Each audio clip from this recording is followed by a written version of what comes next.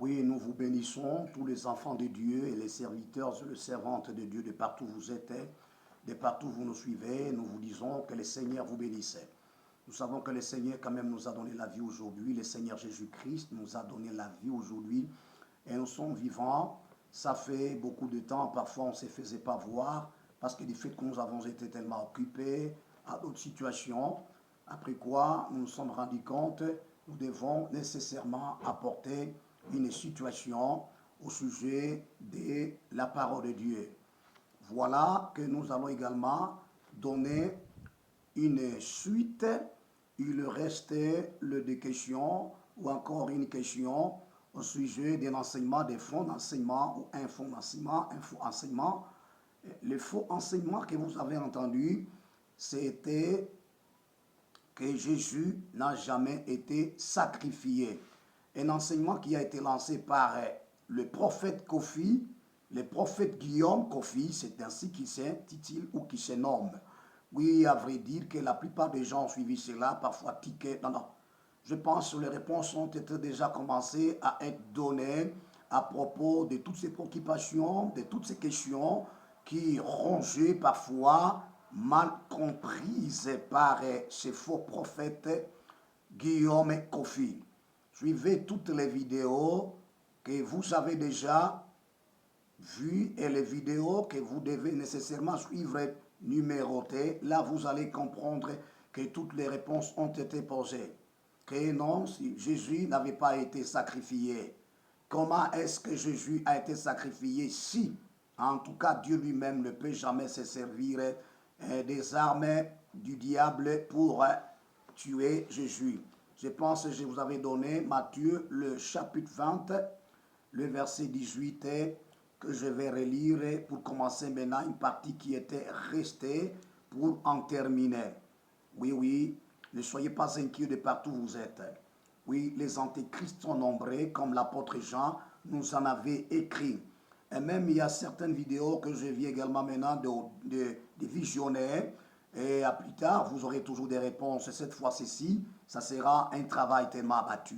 Oui, Matthieu chapitre 20, le verset 18. Voici, c'est Christ qui dit, voici, nous montons à Jérusalem et le Fils de l'homme sera livré aux principaux sacrificateurs et aux scribes. Ils les condamneront à mort et ils les livreront aux païens pour qu'ils se moquent de lui, le battent des verges et le crucifient, et le troisième jour, il ressuscitera. Attention avec les antéchrists maintenant qui se sont aussi infiltrés dans le christianisme. Ils utilisent les mêmes versets bibliques contre vous-même, les enfants de Dieu. C'est la raison pour laquelle nous avons toujours eu le temps de vous enseigner à travers la chaîne YouTube qui vous a été ouverte, cette chaîne ici, de manière à profiter ces enseignements pour contrecarrer l'antéchrist. Oui, la guerre est imminente. Oui, nécessairement. Mais à ce que nous connaissons, le Seigneur Jésus-Christ a prédit cela. Et la parole de Dieu a prédit cela. Vous voyez comment est-ce qu'on est en train de détruire donc le fondement. Mais le fondement ne peut jamais être détruit.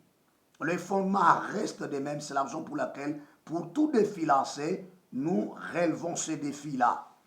C'est pourquoi nous bénissons notre Dieu de manière à ce qu'il nous a donné cette opportunité. Oui, un autre moyen par lequel il a dit que Jésus n'avait pas été sacrifié par Dieu, même s'il est en train de jouer avec les morts, comme je vous ai parlé, comme la plupart des pasteurs, d'autres qui disent que non, si Jésus était réellement sacrifié par Dieu, alors Isaac devrait être sacrifié. Je pense la vidéo qui suit, l'autre qui est précédente, je vous ai parlé à propos d'Isaac et que la plupart de ceux-là qui font une mauvaise exégèse croient comme si Isaac représentait Jésus, tandis qu'Abraham représente Dieu.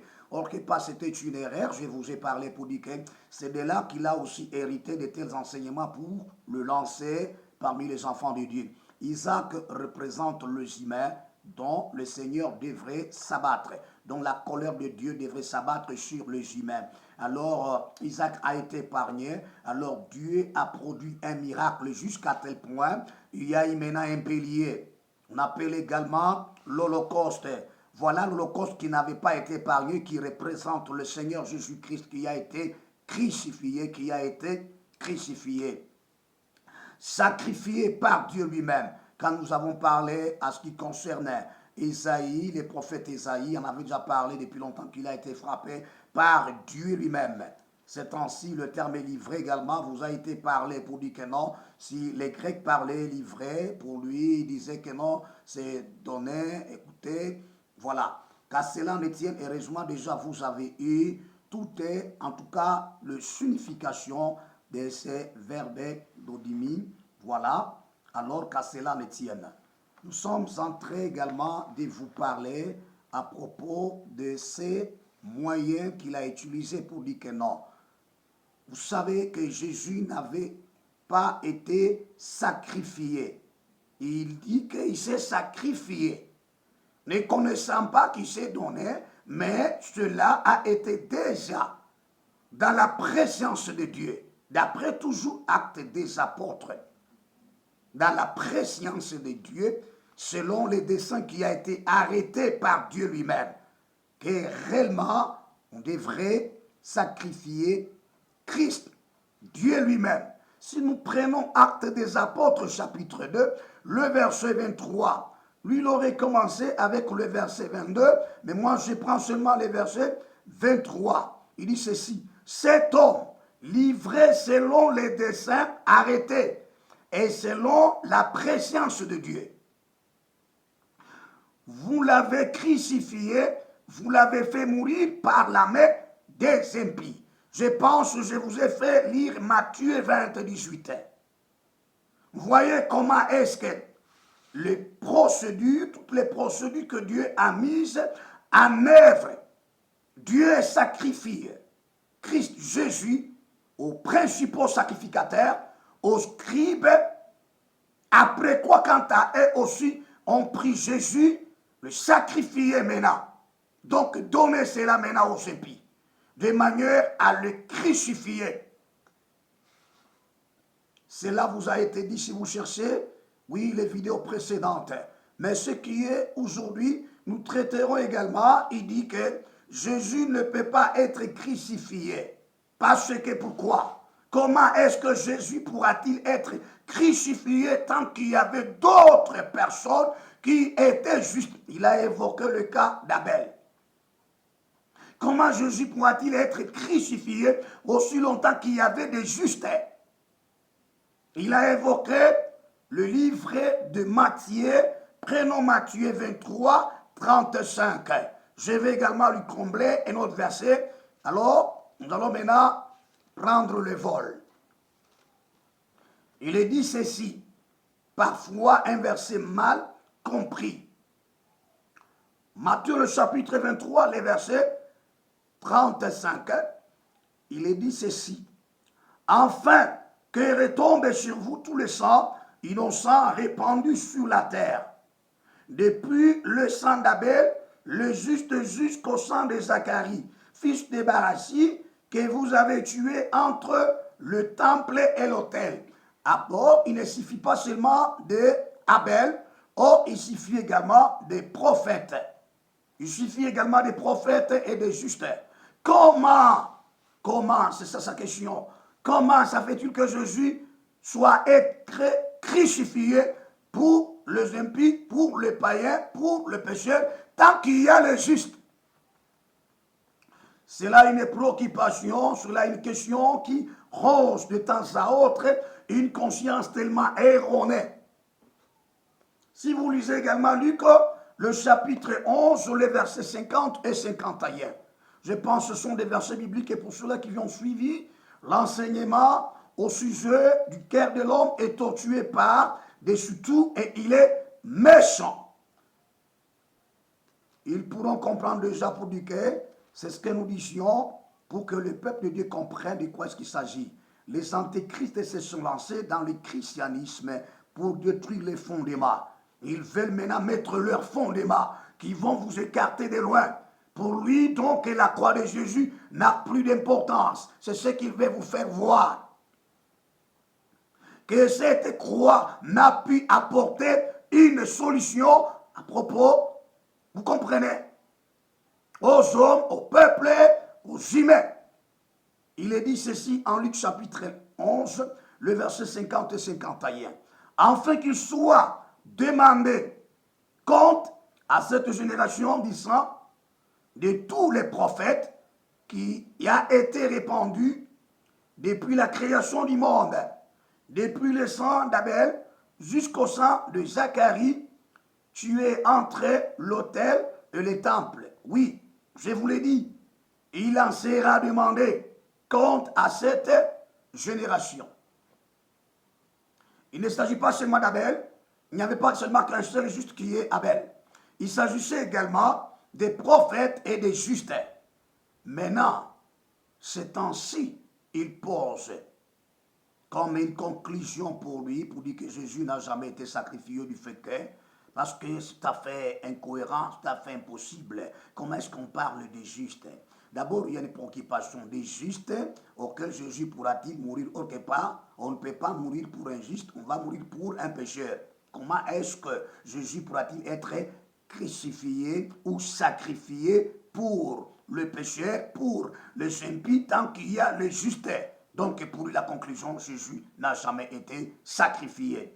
Il doit comprendre ceci, ce que nous pouvons également lui dire à ce qui concerne cette parole de Dieu, cet évangile de Dieu.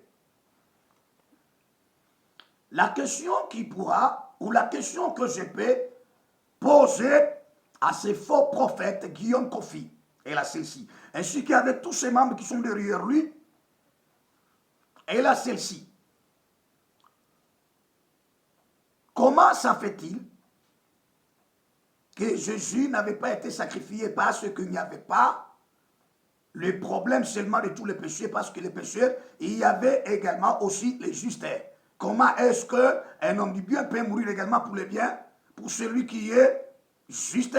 Donc, un homme de bien doit mourir pour celui qui est pécheur, qui est injuste.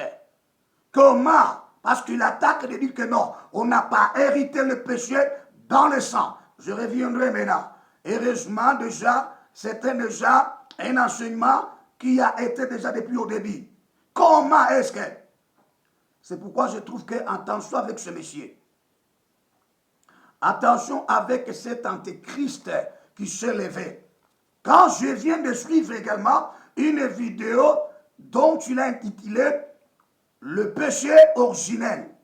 Donc, il contredit ce qu'il a dit encore dans ces vidéos dont nous trouvons Jésus n'a jamais été sacrifié. Dans lequel il a dit que le péché, il dit que pour lui que le péché est dans la chair.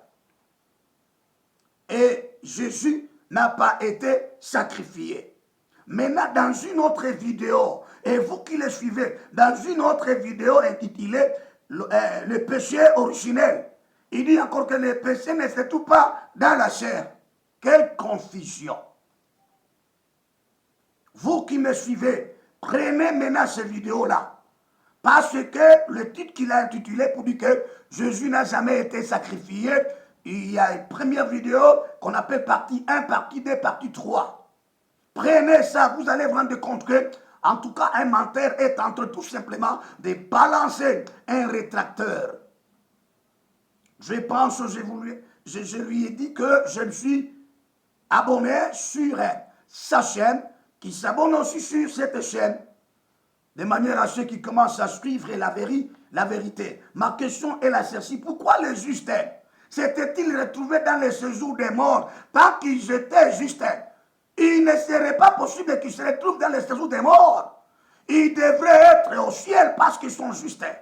Pourquoi ont été-ils retenus dans le séjour des morts par le diable?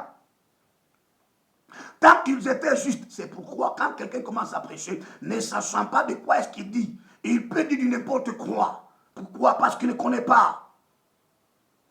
Pourquoi ces justes-là ont été retenus dans le séjour des morts au lieu d'aller au ciel? Parce que les justes doivent aller au ciel. Il y a une chose que vous devez comprendre, les enfants de Dieu. C'est la raison pour laquelle même l'apôtre Paul dit que tout a été renfermé sous le péché. Personne, parce que les justes devaient être montés au ciel, personne mais monter au ciel. C'est Christ d'abord qui a dit ça. Je recommence par ce que le Seigneur Dieu, dans l'Ancien Testament, ce qu'il aurait promis, à ceux-là qui se retrouvaient dans les séjours des morts, il y avait les pécheurs et en même temps il y avait le juste là-bas. De quelle justice qu'ils avaient? Avant que je vienne d'abord là, nous lisons d'abord les livres d'Osée, le prophète Osée, Dieu qui lui avait promis, Dieu promis à tous ceux-là qui étaient retenus captifs dans le séjour des morts. Osée chapitre 13, le verset 14.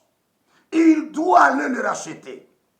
Je le rachèterai de la puissance du séjour des morts. Sans exception. Je les délivrerai de la mort. Ô mort, où est ta peste, séjour des morts? Où est ta destruction? Mais le repentir se dérobe à mes regards. Très clair. Une promesse faite par Dieu lui-même à travers son serviteur, le prophète Osée. Connaissant que tout celui qui a été né d'une femme devrait être retenu là, dans le séjour des morts.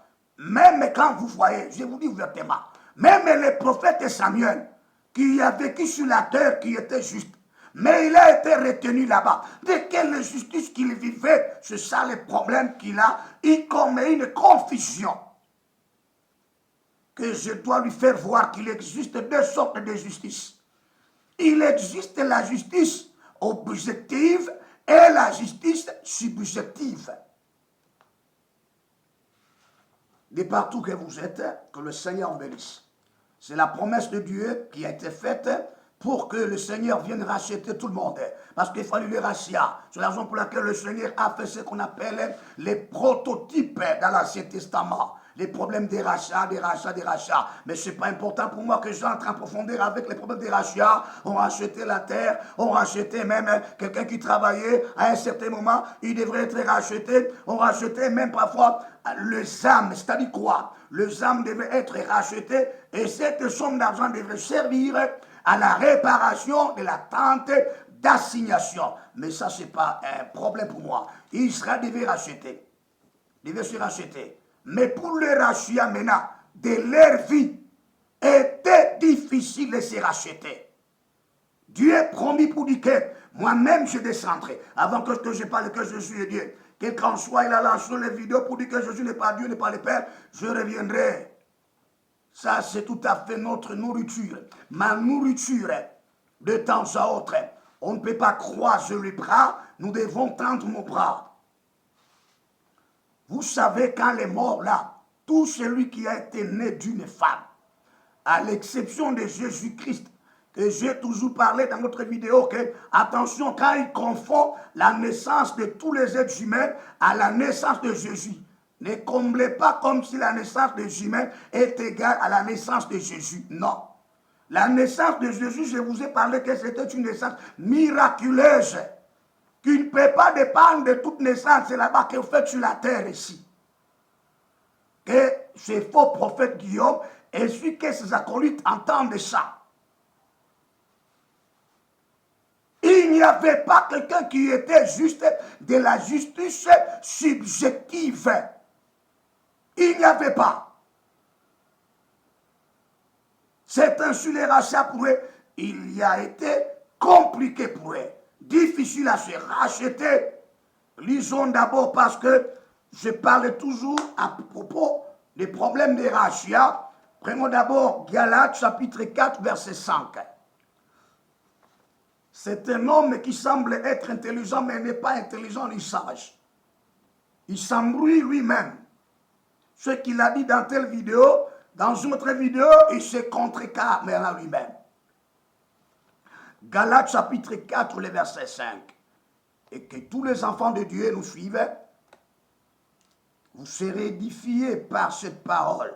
Vous avez été édifiés par le fondement des apôtres et des prophètes. Il attaque même l'apôtre Paul comme s'il était possédé, parce qu'il a mal interprété l'épître aux Romains, le chapitre 7 là. Je reviendrai avec ça. et de partout où vous êtes, je reviendrai. Celui qui est possédé avec l'antéchrist. Galates chapitre 4, le verset 5 qui nous dit ceci. Afin qu'il racheta ceux qui étaient sous la loi. Vous voyez, sous la loi. Afin que nous ressuscitions l'adoption. La mort de Jésus-Christ, qu'il a racheté tous ceux qui étaient sous la loi. Moi, je vous dirais que même ceux-là qui n'étaient pas même sous la loi, ils étaient captifs dans le séjour des morts. C'est ainsi qu'il a déjà promis à Osée le chapitre 13, le verset là que je vous ai fait lire 14. C'est tout à fait une promesse que le Seigneur a adressée à toutes les personnes qui devraient être mises à mort avant l'avènement ou avant que le Seigneur soit introduit dans ce monde. Pour vous comprendre que pour eux, quand ils mouraient, ces gens-là, quand ils étaient morts, personne ne devrait jamais se racheter. Ni racheter un autre homme, ni racheter une autre personne. C'était difficile. Tous ces défis-là seront relevés. La croix de Jésus sera toujours debout. C'est l'apôtre Paul qui dit que, car il y a beaucoup qui marchent en ennemi de la croix, mais leur fin sera la perdition. Ils vous amènent tout droit dans l'enfer. Vous voyez comment est-ce qu'ils commencent à attaquer les fondements des apôtres, comme si lui voudrait se faire comme un apôtre. C'est pourquoi la plupart des fois, ils se nomment toujours prophètes, apôtres, tel, bishop. Vous voyez, les tels termes-là qu'ils sont en train d'utiliser, c'est pour épater les uns et les autres. Peu importe tous ces noms, peu importe tous ces attributs qu'ils ont. Mais en réalité, c'est pourquoi je vous dis que le Seigneur devrait descendre. Personne, le juste est là. Alors je vais te faire comprendre maintenant la différence entre les deux catégories de justice avant de tous ceux qui étaient sous la loi. Et même des gens qui n'étaient pas sous la loi. Ainsi que la justice qui est maintenant devenue avec le Seigneur Jésus-Christ maintenant après sa mort et sa résurrection. Là maintenant tu comprendras que tu as eu une grosse erreur, une confusion néfaste que tu veux implanter dans la tête de beaucoup de gens. Lisons maintenant le dernier passage pour que maintenant nous vous expliquions maintenant la différence qui existe entre la justice, c'est pourquoi la justification objective et la justification subjective. Lisons d'abord pour comprendre que personne ne pourrait se sauver ni se racheter. Personne. C'est pourquoi ils étaient renfermés là-bas. Il fallait que le Seigneur descende là-bas, aller libérer les morts là-bas. C'est pourquoi il dit mort, oh mort. Où est ta force? Où est ton aiguillon? D'accord. Lisons Psaume, le chapitre 49 et les versets 8 jusqu'au verset 10. Pour ne pas lui donner 1 Corinthiens chapitre 6 verset 20. D'abord, je prends Psaume pour que vous puissiez voir c'était que, attention, tout ce qu'il vous a parlé là-bas, c'était le mensonge qu'il a prononcé. Alors nous devons relever ce défi. Il est dit ceci en Psaume, le chapitre 49, le verset 8 jusqu'au verset 10. Le rachat de leur âme est cher, tellement cher. Le rachat de leur âme est cher et n'aura jamais lieu. Et n'aura jamais lieu. Ils ne vivront pas toujours. Ils n'éviteront pas la vue de la fosse pour éviter, non. Car ils la verront. Je suis allé même jusqu'au verset 11. Moi, je commence au verset 8 et le verset 10. 8 à 10. Ils ne peuvent se racheter l'un à l'autre. Qui sont ceux-là? Ceux-là qui sont dans le séjour des morts. Ils ne peuvent pas se racheter, ni même racheter leur âme. Or que pas ils étaient justes. Comment ça fait-il ceux qui sont justes, qui sont restés dans le séjour des morts? Ils ne devrions pas y rester. Ils devrions se retrouver au ciel. Parce que le lieu de juste est au ciel. Comment est-ce que ces justes se sont-ils retrouvés dans les séjours des morts? Et ils ne peuvent même pas se racheter eux-mêmes. Donc ils attendent quelqu'un de venir, qui est celui-là, Shiloh, qui est Christ, qui doit venir les racheter. Avec quoi? Non. Pas avec de l'or, pas avec des diamants, pas avec des produits des miniers. Non, non. Pas avec des produits miniers. Pas avec des matières premières, mais avec son sang précieux. C'est pourquoi la Bible nous dit ceci. Vous avez été rachetés d'un grand prix. Maintenant, conservez vos corps pour que vous puissiez rendre gloire à Dieu. Le rachat de âme est cher et n'aura jamais lieu. Ils ne vivront pas toujours. Ils n'éviteront pas la vue de la force. Ils ne peuvent pas là-bas s'échapper. Mais ils étaient justes. Comment ça fait-il le juste là? Dont parle le prophète Guillaume Kofi. Que Jésus n'a jamais été sacrifié parce que comment est-ce que pourra-t-il être sacrifié tant qu'il y a le juste autre? Et il revient pour dire que jamais, dans ces gens-là qui vous ont prêché pour dire que non, vous avez hérité les péchés par le sang, qu'ils vous ont menti. Mais c'est un grand menteur, ce monsieur. C'est un faux. Analysez toutes ces vidéos, analysez tous ces contenus. Vous allez vous rendre compte qu'il ment. Ici, quand il parle, Jésus n'a jamais été sacrifié. Il vous parlera que non, le péché est dans la chair, pas dans le sang. Il arrive encore sur sa vidéo intitulée « Le péché originel ». Il dit que non, le péché ne se trouve pas dans la chair, c'est dans la capacité. Vous voyez comment est-ce qu'il vous ment. Moi, je vous donne les éclaircissements pour que vous compreniez que c'est un magicien. Il trouble les enfants de Dieu, mais les enfants de Dieu qui ont le salut ne peuvent jamais être troublés. Ils sont là intacts. 1 Corinthiens, le chapitre 6, verset 20. Pour que je vous dise maintenant de quoi est-ce qu'il s'agit, parce que d'abord tu ne comprends même pas la différence entre la justification objective et celle qui est subjective. Voilà, je vais maintenant commencer avec toi. Car vous avez été rachetés à un grand prix. Glorifiez donc Dieu dans vos corps et dans votre esprit qui appartient à Dieu. Le corps doit glorifier Dieu. Vous voyez comment est-ce qu'il bafoue le corps, quelque part. Dans une des vidéos encore, il a dit que non. Vous savez, Jésus, il avait dit que non. Oh mon Père, tu m'as préparé le corps. Là, il a compris. Là, à ce stade-là, il avait compris. Mais quand tu arrives encore ailleurs, il contredit encore. Moi, je vais t'avoir. Moi, je vais t'avoir. Nous pouvons commencer pour que vous puissiez comprendre. Les enfants de Dieu, de partout où vous êtes, il existe deux sortes de justification. Il y a ce qu'on appelle la justification objective.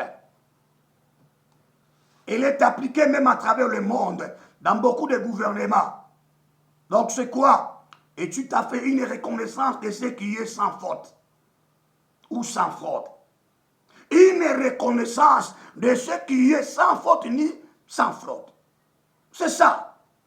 Quelqu'un peut être juste au moment qu'il est dans le gouvernement. Il travaille, mais tant qu'il est tel, quand je dis tel, c'est-à-dire tant qu'il est magicien, mais il rend la justice. Ça, c'est la justice qui est objective. C'est-à-dire quoi? Quelqu'un qui se donne parce que la Bible est la parole, ou également la loi qui recommande de ne pas tuer, ne tue pas. De ne pas faire adultère, il ne fait pas. Ça, c'est une justification qui est objective. Quelqu'un qui s'en donne. C'est ainsi que vous avez constaté que il y a des gouvernements, il y a les États qui ont établi les lois pour donner quand même une situation, donc un modèle à suivre à toutes les personnes. La loi de tous les pays vous dit, ne volez pas. Et quand tu es menteur et que tu ne volais pas, donc pour toi tu marches bien. Tu vois? Donc quelqu'un qui se donne, même s'il n'a pas encore cru au Christ, mais il est là, il travaille, il y a de ces païens, il y a de ces gens-là qui ne volent pas parce que la loi nous interdit de voler. La loi nous interdit de faire telle chose ou telle chose, ou également dans une société où tu y entres là-bas, on te dit que notre loi, quant à nous, c'est commencer le travail de 7h30 jusqu'à 18h. Ici, on ne filme pas. Même si tu es fumeur, on te dit ici, on ne filme pas. Donc l'homme est censé d'obtempérer. Une fois il obtempère ce système-là ou cette loi-là, alors pour cette entreprise-là, on considère cet homme qui, il est juste. Pourquoi? Parce qu'il ne fait pas ce que nous avons défendu ici. Mais tant que lui-même, il filme ailleurs, mais là, il ne filme pas. Qui que ce soit ce que tu es, je suis certain que maintenant, cette justification-là, elle est appelée la justification objective, qui se base sur, en tout cas, des lois qui ont été établies, de manière à permettre que tout le monde suive, croit le canevas, que nous vivions en paix, que nous vivions dans l'harmonie tout le monde. C'est une loi établie dans les pays, et même dans la Bible, cette loi existait avant que le Seigneur Jésus-Christ vint dans ce monde, avant que le Seigneur soit introduit dans ce monde. Tout celui qui vivait, et même qui obtempérait, et même qui était juste. Prenons le cas du prophète Samuel, lui qui était juste, parce que même avant de mourir, même avant de quitter quand même sa fonction, qu'est-ce qu'il va faire? Il invite tous les enfants d'Israël. Il leur pose la question. Quand j'étais juste, quel est le mal que j'ai fait devant vous? Quand j'étais encore dans cette fonction-là. Tout le monde dit non, jamais. Ce sont tes enfants qui, en tout cas, qui se me conduisaient, mais pas toi. Il a été justifié, il a été juste. Il s'est donné. Malgré cette justification, malgré tant qu'il a été juste, il est mort. Il s'est retrouvé au séjour des morts. Pourquoi? Il manquait la justification subjective. C'est le don, le mérite doit venir de quelque part, de Dieu lui-même, de quiconque croit Christ. Voilà. Aussi longtemps tu n'as pas encore cru Christ, quel qu'en soit, tu ne voles pas, quel qu'en soit, tu ne mens pas, quel qu'en soit, tu ne couches pas avec des femmes, tu mourras. Parce que Dieu ne t'a pas encore justifié. Ne confondez pas la justification avec la sainteté. Ce sont deux choses différentes. La justification, donc, là, ça ne pose pas de conditions. La condition qui est principale, croire à Christ. Quiconque n'a pas encore cru, il n'est pas justifié. C'est ça qu'on appelle la justification subjective. C'est tout à fait Dieu lui-même qui justifie l'homme en vertu de la foi de l'homme en Jésus-Christ. C'est ça qu'on appelle la justification subjective. Si cette justification, tu n'en as pas, tu n'es pas encore juste devant Dieu. C'est pourquoi Jésus a tellement attaqué le pharisien. Il a même enseigné à ses disciples que si votre justice ne suit pas, c'est pas. Seuls les pharisiens vont mourir. Donc il va à ce que les enfants, à ce que les apôtres, à ce que les disciples fournissent l'effort de croire Christ. Parce que les pharisiens rejetaient Jésus. Vous voyez, ils n'ont pas cru, mais ils avaient la justice. Quelle justice? Objective. De l'homme donc suivre littéralement tout ce qui a été recommandé dans la loi, sans pour autant croire à Christ. C'est ça l'évangile. Vous voyez, et vous qui avez toujours l'habitude de prêcher justice, justice, attention, quand tu parles la justice après la mort de Jésus, c'est tout à fait une autre justice. Là, il s'agit de croire. Au moment que la personne n'a pas encore cru, là, il ne s'agit pas de la justice subjective, c'est la justice objective. ces temps-ci, vous allez vous rendre compte que même l'apôtre Paul a dit, que vous voyez au Romains chapitre 10, là-bas, les versets et à 4, il dit que vous voyez ces gens ici, ils sont tellement gelés pour le Seigneur, ils s'adressent à qui? Ils s'adressent à ceux-là qui sont les Romains. Ils sont gelés. Et il leur parle que, voyez ce que font les Juifs. Ils se donnent, ils sont gelés pour Christ même. Ils sont gelés pour Dieu. Mais en réalité, leur justice, ils établissent leur propre justice. Ils ont rejeté la justice de Dieu lui-même. Quelle est cette justice qu'ils ont rejetée? Ils ont rejeté de croire Christ. Quiconque qui vit dans ce monde, qui n'a pas encore cru Christ, donc Dieu ne peut jamais lui accorder ce mérite-là. Il ne peut jamais recevoir ce mérite-là. Le mérite commence tout simplement quand quelqu'un croit. Pas croire n'importe quoi, ou n'importe qui. Croire le Seigneur Jésus-Christ. Si tu n'as pas encore cru, donc toi devant Dieu, tu es toujours une personne considérée comme pécheur.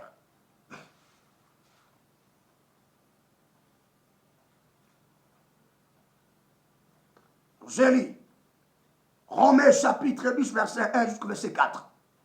Frère, le vœu de mon cœur et ma prière à Dieu pour eux, pour les Juifs, c'est qu'ils soient sauvés.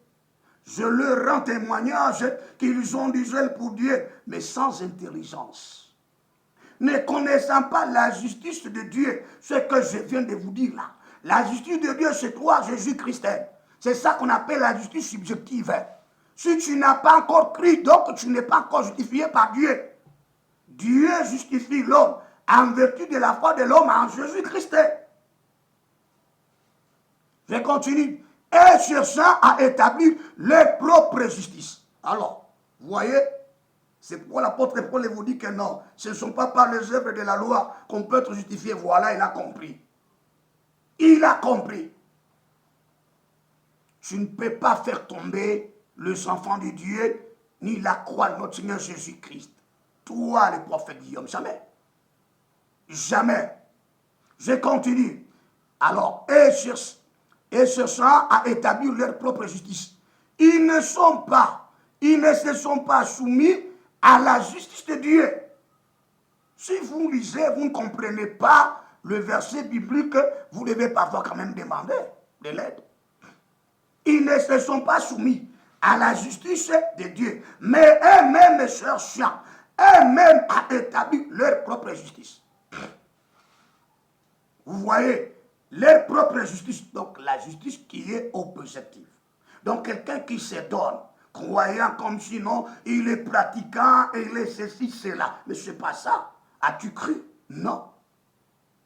C'est la raison pour laquelle maintenant quand on pose la question, Abel avait cru Jésus-Christ? Non.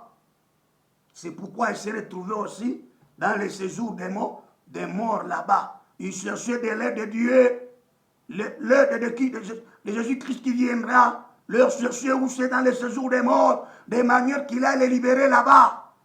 Aussi longtemps tant qu'il était de quelle justice? De la justice objective et non pas subjective. C'est pourquoi la Bible nous dit que Jésus, quand il est descendu là, dans les séjours des morts, il a aussi prêché ces hommes-là, ces esprits-là, qui étaient là. Il fallait qu'ils croient Christ. Ils ne croient pas, alors ils sont justifiés. Ils ne croyaient pas, ils ne sont pas justifiés. Je vous lis le verset 4. Car Christ est la fin de la loi pour la justification de tous ceux qui croient. Pas le début de la loi. Donc la loi a le début et encore la loi a la fin. Le début c'était maintenant la loi de Moïse. C'est pourquoi l'apôtre Paul dit que c'était un pédagogue qui devrait nous amener à qui? À Christ.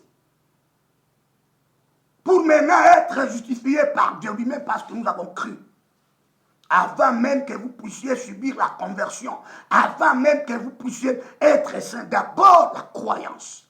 Croire à Jésus-Christ.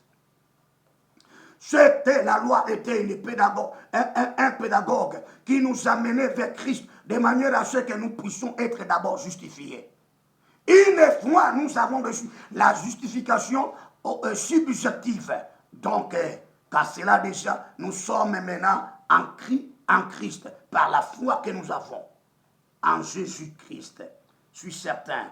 Pour les faux prophètes Kofi Guillaume, pourquoi Jésus s'était révélé? Il s'était révélé tant que nous connaissons vertement que, en tout cas, non, il y avait des justes. Comme il y avait des justes, tant que lui, il est venu mourir pour le péché, comment est-ce qu'il y avait des justes? Donc, on n'a pas hérité le péché dans le sang. C'est ce qui conclut. Or, il oublie qu'il faut lui enseigner la différence même entre l'âme et l'esprit. Parce que dans cette vidéo, le péché originel, il attaque l'esprit, il parle de l'esprit et du corps. Mais il oublie qu'il y a l'âme. Vous voyez comment est-ce que cet homme est tellement bourbier, est tellement bouffon de tout ce qu'il fait là. Soyez souple avec ces gens. Soyez souple avec ces personnes. De partout où vous êtes. C'est cela même, vous les pasteurs, les hommes de Dieu, quand vous prêchez à ce qui concerne la justice de l'Ancien Testament, vous devez savoir que c'était la justice objective. Elle s'applique même aujourd'hui. Et ce n'est pas dire que quand le Seigneur Dieu t'a accordé la justice subjective, que objective ne sera pas appliquée. Elle est toujours appliquée. Mais on ne vole pas. Mais du fait que nous avons cru Christ, nous sommes justifiés. Quiconque n'a pas encore cru, il n'est pas justifié subjectivement. Il n'est pas justifié subjectivement. Un enseignement déjà que nous avons commencé avec les hommes de Dieu au niveau de ces groupes-là. Mais qui n'avait pas été terminé. Que le Seigneur nous donne l'occasion de manière à ce que nous venions terminer cet enseignement. Ça va aider beaucoup d'hommes de Dieu. Ça va aider beaucoup de servantes de Dieu. De manière à comprendre qu'attention, vous ne pouvez plus faire tout ce que vous pouvez faire là. De quoi? De mélanger la justice objective et celle qui est subjective. Vous allez vous patauger comme Guillaume et Kofi. Prenons maintenant la parole de Dieu pour comprendre c'est la justice qui est subjective que nous sommes en train de parler. Prenons Romains chapitre 5, le verset 1, le verset 9. Pour terminer. Étant donc justifiés par la foi, nous avons la paix avec Dieu par notre Seigneur Jésus-Christ. Parce que nous avons cru. C'est pourquoi Christ a rappelé les disciples que si votre justice ne surpasse pas, il veut que la justice des apôtres, des disciples surpasse celle des pharisiens, celle des juifs. Il est dit ouvertement, si vous ne croyez pas ce que je suis, vous mourrez dans vos péchés là. C'est Christ qui a dit ça aux juifs. Même s'il y a des juifs qui ne croient pas, ils mourront. Ne croyez pas parce qu'ils détiennent la loi de Dieu. Là, non, non, ils seront permis d'entrer. Non, non, non, jamais. Verset 9. À plus forte raison donc, maintenant que nous sommes justifiés par son sang. Vous voyez? Serons-nous sauvés par lui de la colère? Non. En Jésus, c'est là où se retrouve cette justification-là, subjective. Donc, qui n'est pas un effort de l'homme, qui n'est pas un mérite de l'homme, mais un mérite de Dieu qui te donne. Donc, Dieu te donne ce mérite-là. Du fait qu'il te remet la rémission de tes péchés, il le remet. Maintenant, quoi? Parce que tu crois. Maintenant, le Seigneur te dit, voilà. Il accepte. Ce n'est pas l'homme de lui-même se justifier comme se fait avec la justification objective, non. C'est la raison pour laquelle Christ a attaqué beaucoup de pharisiens. Il leur dit que non, vous battez sur la poitrine montrant votre justice. Tant que Dieu connaît ce que vous êtes. Vous voyez? Attention avec les deux sortes de justification. Romains 3, 21 à 24. Suivez ceci, vous serez sauvés. Suivez ceci, vous serez tellement arrachés dans l'enclos de ces faux prophètes Guillaume Kofi. Je m'excuse. Mais maintenant, sans la loi, est manifestée la justice de Dieu.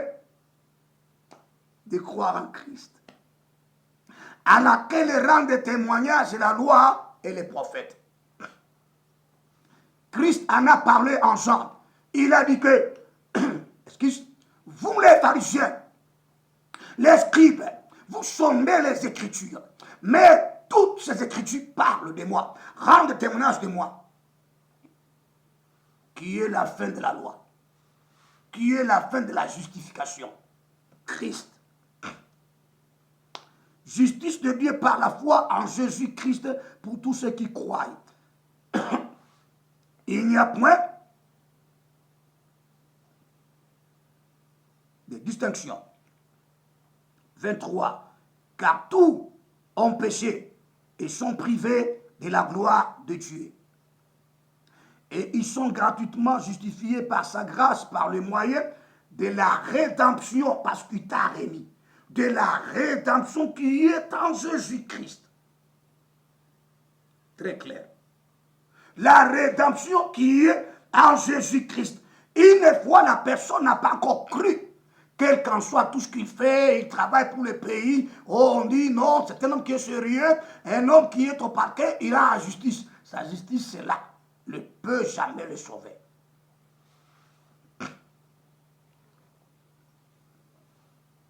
Je vais revenir. Que Dieu vous bénisse. C'était le berger Sheba. Je vais encore vous envoyer la suite de ces défis. Il y a des ripostes. C'était votre serviteur, le berger Sheba. Nous vous invitons à vous abonner sur la chaîne. Donc, là, vous aurez toujours des enseignements. Attention, les antichrists dont vous avez toujours entendu si longtemps, ils sont là. Vous les voyez. Tout ce que vous êtes centré parfois de subir, même les apôtres Paul ainsi que Pierre et tous les apôtres là l'ont subi également. Tout ceci, ça se passe à notre étape ou à notre époque. Nous devons également aussi prendre quand même des précautions pour prévenir le vrai évangile de notre Seigneur Jésus-Christ. Que Dieu vous bénisse. Amen.